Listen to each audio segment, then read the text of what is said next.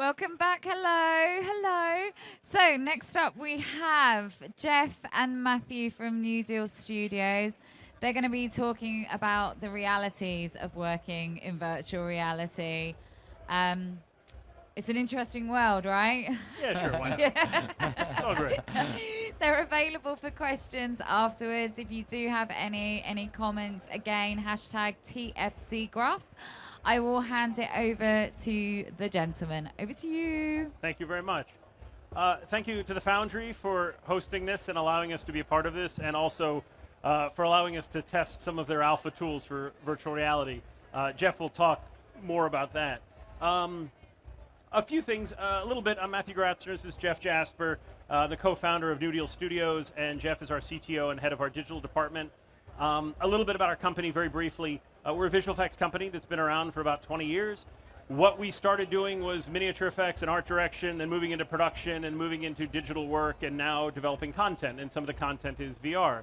What we're sort of known for in the film world is a mix of practical work and digital effects. Like, we did stuff for Interstellar, we do a lot of stuff on Martin Scorsese pictures.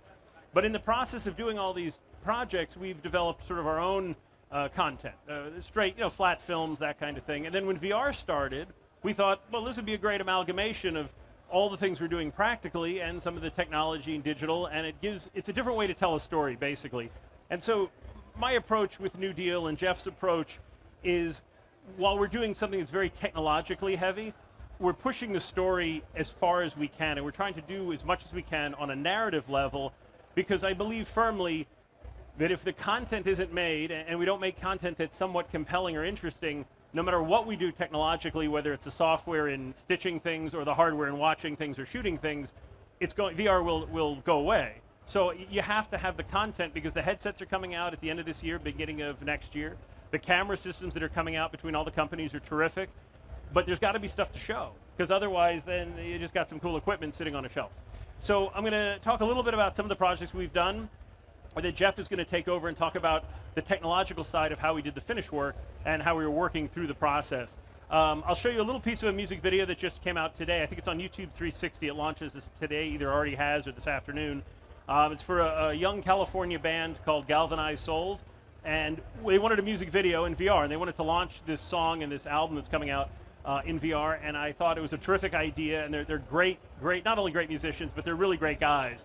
And they want to do music video. Most of the VR projects you see now tend to be more in line with, okay, there's like a camera stuck on a tripod, and it's a band standing there playing, and then like some of them kind of move around, and then some kind of go in the back. It's like, that's great.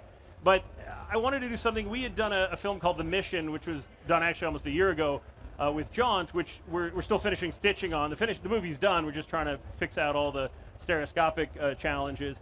However, I did a lot of things in VR initially that had not necessarily been done before. And when I was first introduced to virtual reality, and when I say virtual reality, I want to be very clear, what we're doing is more of a photographic kind of immersive reality experience. Because truly virtual reality is where you have the ability to move around a space. You can walk around, whether it's through light field capture or real-time render like what Oculus Story Studio is doing, which is quite terrific. But what we're doing, everybody talks in VR about presence and being there, and that's great, but until you can physically move through the space, you're still sort of looking around. So in that case, I wanted to take VR to a different point of view, which was taking somebody and putting them more into sort of a cinematic or Hollywood film experience, because you can't really yet move around. We were experimenting with some things with light field and other things. So the choice with the music video was to make it more dynamic.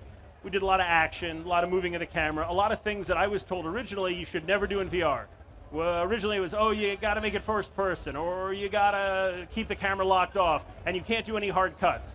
And well, how are you supposed to tell a story if you do with all those things? So, like when we did The Mission, which I'll show you some stills of in a little bit, we moved the camera, I made it a third-person experience like you're watching a movie, and we switched to different POVs, and we do that in the music video as well. And then from there, we realized moving the camera worked quite well, and doing hard cuts worked quite well. So rather than talk about VR, because that's like really boring, is nobody's business, I'd rather show you some stuff, and I'll kind of clip through the video quickly, then go on to some other stills from shows, then hand it over to Jeff. So this was our video, or at least a piece of it. So I think there's sound with this, maybe not, I don't know. Yeah. So you follow, oh actually, hang on one sec. So what I'm doing, I'm sorry, how many of you have worn like a headset or like seen through Google Cardboard or Oculus? All right, so backpedal for a moment. So essentially with the films we're making, we're shooting truly 360 degrees. We are shooting, in the case of this, we shot with 6 GoPro cameras. With the Jaunt rig, it was like 14. And the idea is you're shooting in a 360 degree real-time experience. So as opposed to shooting like series of quadrants or a series of plates and then stitching them all together, not having your performers, your actors crossing the seams, I'm shooting everything real time. So we do a lot of explosions, a lot of particulate in camera to give that experience a little bit more of a visceral experience. So because all of you cannot wear a headset while I do this demonstration, what I'm showing you is a projected, essentially single eye of what we shot, and I'll be just kind of scrubbing through it, and I pardon the sort of the touchiness of this, it's just me on the mouse, but it's illustrating the theory of you moving around. But basically this is content in 360 degrees. So we kind of go through, we did it sort of as like a parody of a lot of the boy band dancing music videos, and you come through and you see your guys, and they're a rock band, so they want to have nothing to do with that. We got some Justin Bieber-like guy coming through here. But it gives you the ability to look around at all the detail and look at all the movement. And we took this from a sort of traditional dance number music video and then threw it into sort of a cinematic. And this is a set we built on our stage, and this takes this sort of like a Robin Hood or an ode to a Robin Hood thing. And so we do a little bit of camera movement. So you would follow this camera movement to our doors, reveals our band dressed as the Robin Hood gang. They come through.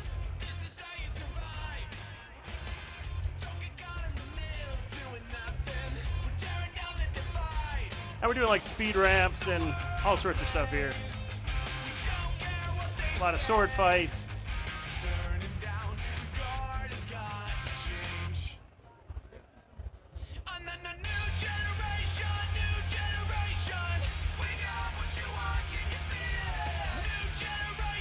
So again, the idea is just shooting as much in camera visceral action as possible, and we're doing not as much in post as you may think. The stitching actually has worked out quite well. As I said, Jeff will talk more about the Foundry's software we've been using. And then stuff like, I'm going to jump ahead a little bit. 60 frames, yeah, we're shooting at 60. On some things I'm shooting at 80. So then we kind of go into this sort of parody of a 70s cop drama, kind of fun stuff. And then we got this gag, it's kind of cool, we did in camera. This is not a comp or anything. Where he fires a rocket live, and then we get a big explosion, which is kind of cool. And so, like I said, our goal is to do as much in camera as possible. So then, oops, hang on one sec.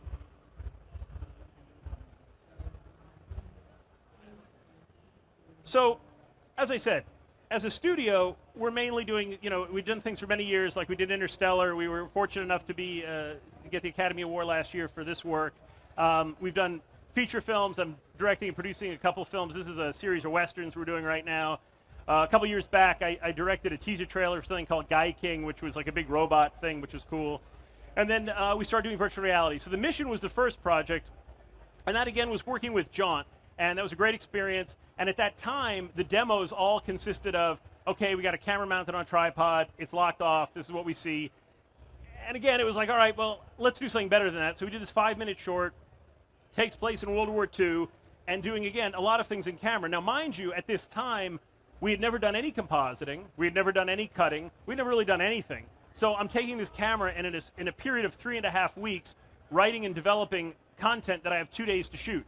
So we did everything from building a rig with a parachute that was live, that dropped from about 90 feet, that had the rig as a POV of a parachutist coming in, huge battle scenes involving full-scale armor and weapons. We had like 50 guys out there with machine guns and blood hits, squib hits, and spark hits, and that sort of thing.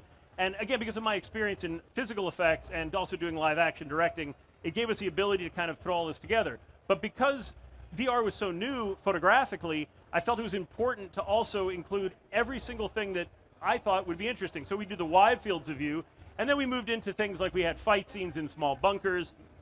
And what I noticed in VR is my original background is from theater. Many years ago, working on the East Coast, I did a lot of theater work, and I mean really crappy theater work, but nonetheless theater. And it's very similar. VR is very much like theater and cinema together. because you're working with actors in sort of a round situation, but when you're on set, the camera crews can't be there, the gear is relatively small, and you've got to keep everything tight because truthfully, like when I was scrolling through the music video, it's a 360-degree field of view.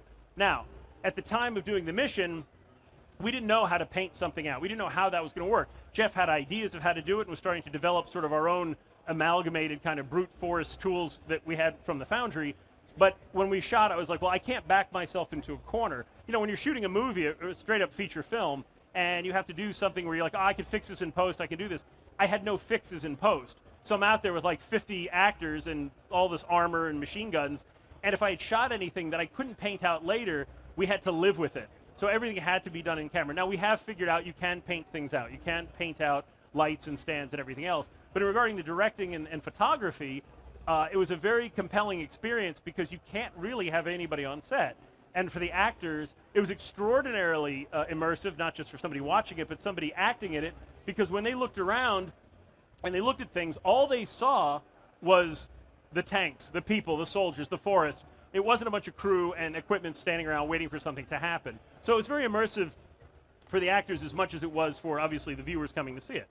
So the next project we ended up doing, my business partner Ian Hunter he'd written and directed a project called Kaiju Fury. And this was an ode to the old Toho Godzilla films. This was done in conjunction with the Stan Winston School of Character Arts, if you're familiar with them. It's a great art school online where you can learn how to sculpt and paint and design creature effects, old school animatronics, puppetry, that kind of thing.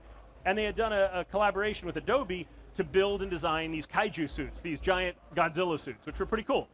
And then Matt Winston, the co-founders of the company, said, hey, what would be cool is maybe New Deal, you know, since we all work together, we're all in the school is in our building, so we're like, hey, if you got kaiju suits, you got to build some buildings that we can break, because that's what you do in Godzilla movies. So my partner Ian held a series of classes for a couple weeks, leading a team of students, building, the school built the suits, and then our company as New Deal built the whole city. And it was about a 30 by 40 foot terrain landscape of this city, which is pretty cool. And so then Matt said, hey, if we're going to build all this stuff, why don't we shoot it? And at the time we were working with John and we were working on the mission, and it was like, let's shoot it in VR. So he created this project called Kaiju Fury. And so that was sort of the inception of Kaiju Fury. And what was kind of neat about that was, again, like every VR demo at the time was like, here's a camera in the woods with people talking to each other. And we're like, hey, you know what's going to be awesome? We just have a bunch of Godzillas beating the shit out of a bunch of buildings. Needless to say, it was actually quite cool and quite fun. A lot of challenges, different focal lengths, different depths of field, because it's one thing to shoot live action, and at the time, John's camera was comprised of 14 GoPros, and we're shooting at 60 frames a second, it's playing back at 60 frames a second, which gives us a fidelity of resolution, but a GoPro lens is like roughly an 11 millimeter focal length, and so, and with the jaunt rig at that time, you couldn't really be any closer than 5 feet, which gives you a really, really wide field of view, so it's kind of tough. And when you're shooting miniatures, wide lenses are great, but you tend to have to push close to the subject so that it feels bigger than it actually is.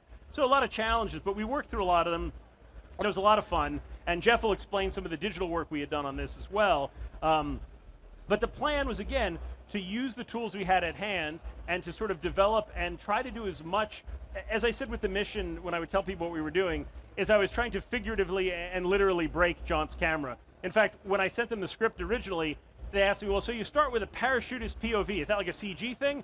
I said, no, I'm going to stick your camera on a parachute and drop it from like almost 100 feet in the air. And they like, you know, we only have 6 cameras. I said, well, you better bring 3 because I'm probably going to fuck one up. But I didn't. We actually, their cameras work extraordinarily well, and we pushed them to the limits. And the same with Kaiju Fury. We were doing things where you had explosions and people nearly stepping on them, so that actually worked quite well. So then we go on to the Galvanized Souls music video we just did, or just showed you a little piece of. And this was something where everything I learned on the mission and everything we had learned on Kaiju Fury, I thought was important to sort of employ in this music video. And because it's all very tongue-in-cheek and not taking itself too seriously, it gave me the freedom to create a bunch of, you know, really great scenes that were a little over the top in many cases, but it gave an opportunity for the band to explore their personality in a narrative.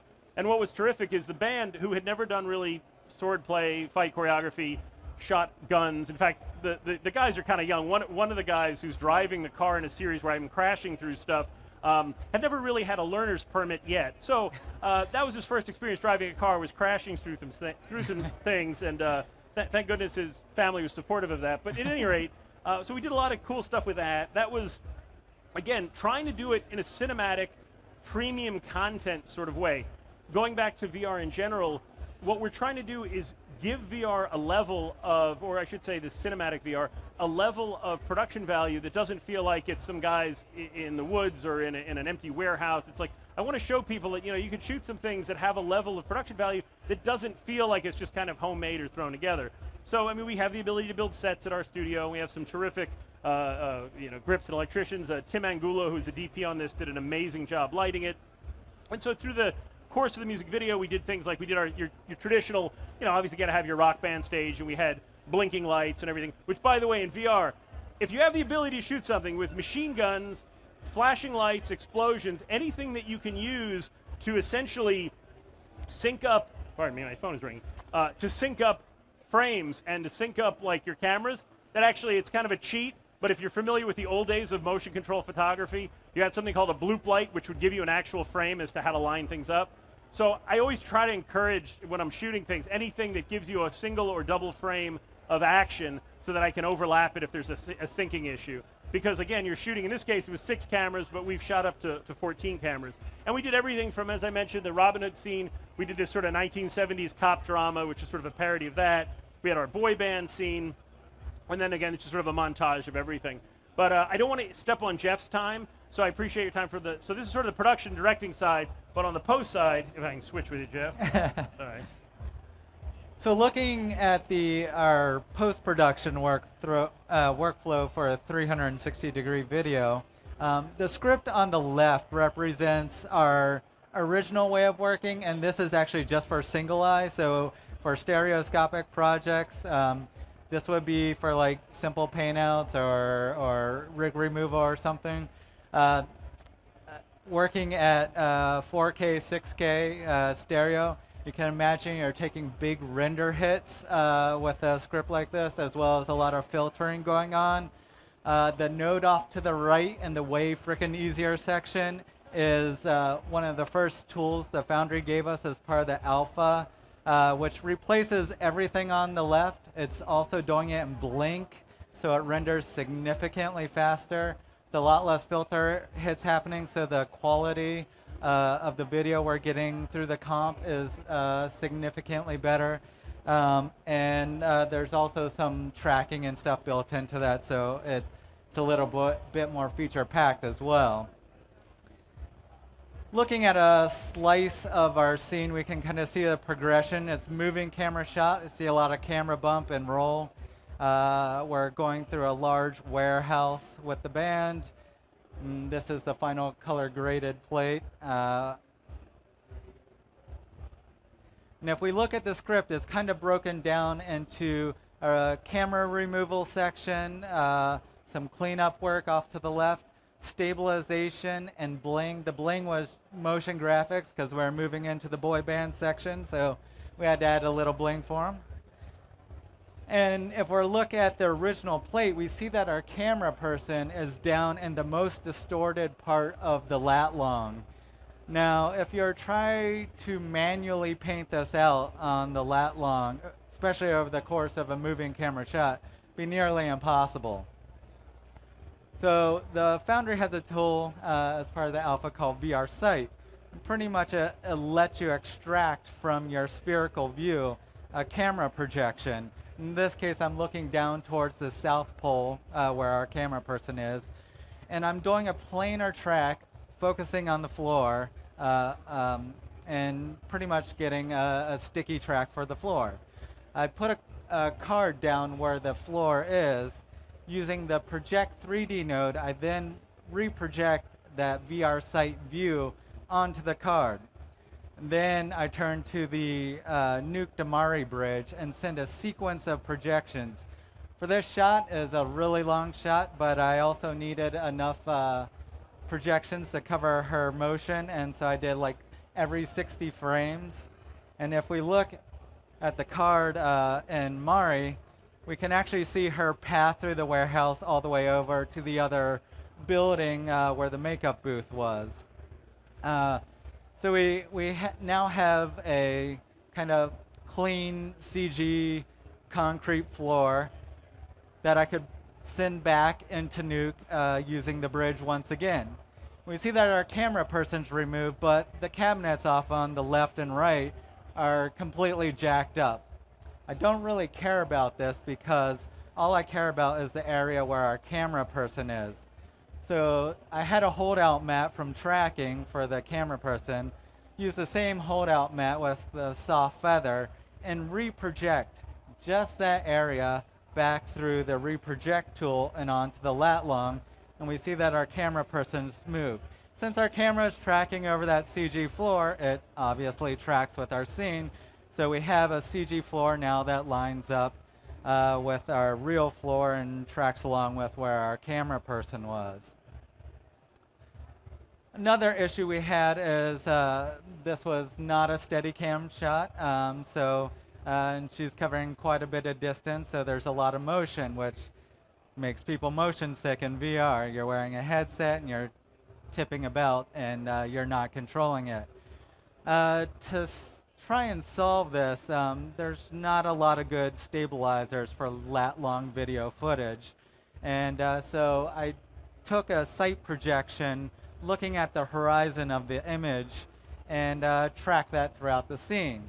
Then I took that camera and controlled a 6-pack of cameras, so a camera looking forward, behind, left, right, top, down, and use that camera's motion to drive those 6 cameras. Well, I had to remove the X and Z translation because we don't want that camera moving about the sphere. And a lat long that cause all sorts of distortion and look really strange. So the camera's locked to the center of the sphere. But I wanted to leave a little bit of the Y translation just so the motion felt natural. So I just dampened down the Y translation curve using an expression. But for the rotation, I did an inverse value of the curve, pretty much removing all the camera rotation. It's the pitch and yaw of the camera that kind of gives that feeling that you're on a boat that makes people motion sick. And the result ends up being a nice, steady cam-like move throughout the whole scene, which most people are able to tolerate.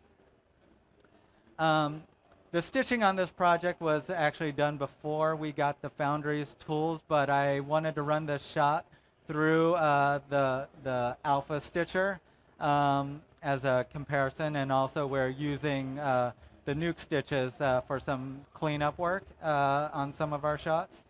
And this was a really problematic shot for the other stitchers because there's a lot of depth in the scene. Sometimes the band is close to camera, and so we'd have stitching errors in the background to try and solve for the band being close. We actually stitched at multiple depths and combined those depths together, and even then we still ran into issues because it was only a 6-camera rig.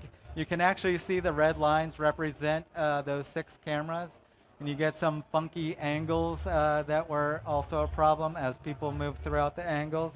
But one thing, looking at this, you see actually how well of a job that the Nuke Stitcher did. In fact, we'll probably be using this a lot in the future. Here you can actually see the camera person with the rig in the middle of the action, one of the fun of shooting VR scenes. So she's having to hunch down below the camera as best as possible. And looking at that shot, this is when the band is moving from makeup into the boy band sequence. If we look at it, they move through a screen. And in the shot, you would actually track with the director, and we see our boy band dancers. Another very challenging shot to stitch. Looking at that script, we also have another camera removal section and then some cleanup work. The camera removal section is similar to the other shot. I actually had to pull a wider view on this just to get a better track and mat out all the dancers, the band, our camera person, and once again my focus was on tracking the floor. We can see the Mari card with the camera projections painted onto that card. I think this one had to do every 100 frames or so throughout the sequence of the shot. Once again, I just took the area where the camera is and reprojected just that area back onto our lat long, removing the camera person as seen in the right-hand frame. But what about our director? His pants are exploding. We're shooting with GoPros at 60 frames per second in HD, and over the course of the day with these rigs, they tend to glitch out, and most of the time they overheat, a camera shuts off. We know we have a bad take, we can grab another rig, reshoot the scene. In this case, the camera just glitched for a sequence of frames, causing a lot of artifacting, but nobody caught it till we went to go stitch the source footage, and of course it was on our hero take. So we had to figure out a way to clean this up. So I went to the last frame where before the director's pants explode, and I extracted him from the background. I built a clean background plate and reprojected that section of the background plate over top of our lat long, resulting in a clean lat long. Then I took the extracted director and morphed him from the last known good frame to the next known good frame, pretty much replacing the frames where his pants are exploding, and reprojected just the director back over top of that clean plate. And the result is a much better looking director and a happy boy band. Moving into the 70s cop drama scene, we can kind of see this is kind of a more traditional lock-off type shot. Still a lot of action going on. But if we look at this script, if we weren't doing any stitching, technically it'd be like a one-node script. That sight reproject tool down at the bottom, which is the pack gizmo. Pretty much any shot that you're going to have, something's got to hold the camera. In this case, it's a tripod. You see down at the bottom of frame, you see the tripod and the shadow cast from the tripod that we need to get rid of. Using that sight reproject tool, you see it unpacked off to the right-hand side. We're pulling a sight view. In this case, it's a 90-degree field of view, a camera looking directly down at our tripod. Now the parallax of the camera removes some of the stand, but there's still the base and the shadow to remove. It's not a moving camera shot, so a simple clone brush from the surrounding concrete floor, we can paint out that tripod and its shadow, and then the reproject tool is reprojecting just those paint strokes back onto the lat long. It's not doing the entire frame that we're looking at, but just the brush strokes. And if we also look back at the original plate, we see that our villain in the lovely brown suit, his face is all scrunched up and completely messed up. I wanted to see why this was, so I ran the original GoPro plates seen up in the left-hand corner through the stitcher. And if we look and see where his face is falling, it's falling right between on the angular stitching line between two cameras. Now, as a lot of people shoot lock-offs and they don't have their actors move between the stitching cameras and stuff, we like a lot of action, and so we have our people moving all over the place. And as they move from one camera to the next, they're falling through these stitching lines, and a lot of times there's distortion that's happening on those stitching lines that causes all sorts of havoc. There's a couple ways to deal with it. You can warp the plates using a warp tool and try and get them to better line up. In this case, the lat long overall had really good stitching on it. We were really happy. It was only the area where his face was that was giving us problems. And if I looked at the individual camera projections, we can see off to the right, his face is fine in each camera. We just need a way to get him from one camera to the next in a clean way. So I extracted a bit of his torso and his head from those camera projections, and pretty much using the same workflow as I did with the director, migrated them from one camera to the next smoothly, placing that back over top of our lat long. Voila, his face is fixed better than a Beverly Hills plastic surgeon. Our camera's removed from the bottom, shadow's gone, and we have a nice clean plate to work with. Nobody's none the wiser. Looking at Kaiju Fury, this was a slightly different project. It was stereoscopic 360 video. Once again, we have our kaijus rampaging about through the city, or our crew rampaging about through the city. We did have a scene in the project where we have a tank firing on one of the kaijus hitting the building. See, it's up-down stereoscopic. You might ask why we didn't do a practical tank. As you see, we have practical tanks in the background, why we did a CG tank in the foreground. Well, the tank is so close to camera, the cameras aren't actually overlapping at that point. So if you tried to stitch it, most of the tank wouldn't even show up in the stitch. It'd have these huge holes in the tank. So we had to resort to a CG tank in the foreground. We used Moto for the shot, and so I used Moto's spherical lens camera to do camera lineup for the shot. It's an Abrams tank, and it's shooting a volumetric blast at our character. And if you're doing a monoscopic project, you could render this out and be pretty golden. But since this was a stereoscopic project, let's look at how Moto's doing our 360 camera. So it's rotating about the axis, recording a 360-degree view.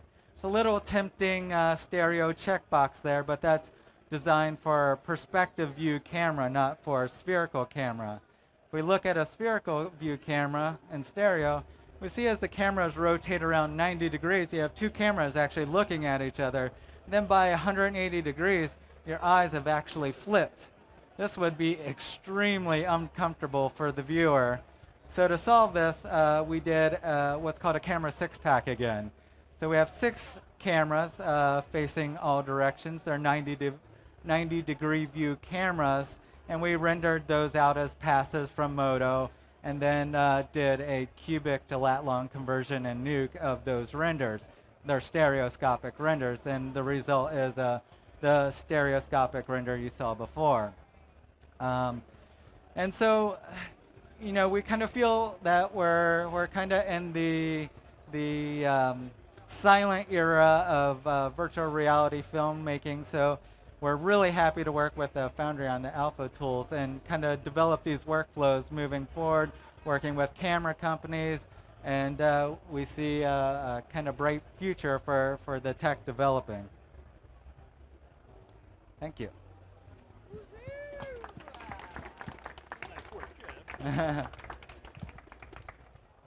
Hi. Thank you very much. That was incredible. Thanks. Anybody else's mind blown? Yeah. So two comments I want to make. Wow, our software is awesome. Yes, it is. I was looking at the stuff the Nuke team has done, but more so, the workflows that you worked out just like made my head. You're explaining it, and I'm understanding what you did, but I'm sitting there going, but how on earth did he think to do that? It's just you guys are incredible. So Thank you. big, huge thank you. I know Bex, we're pushed on time, so. Unfortunately, I we had 2 pages of questions I'll have to get to later. Yeah, unfortunately, we are. So, yes, if you want to view people in the audience, if you want to view what the guys were working on, it's around the corner we've got some riffs around the corner so you can have a look as well.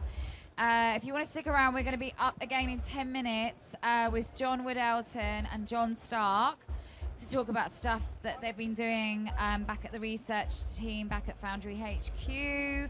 Round of applause again to you guys. You're awesome. Thank you so much. We can't.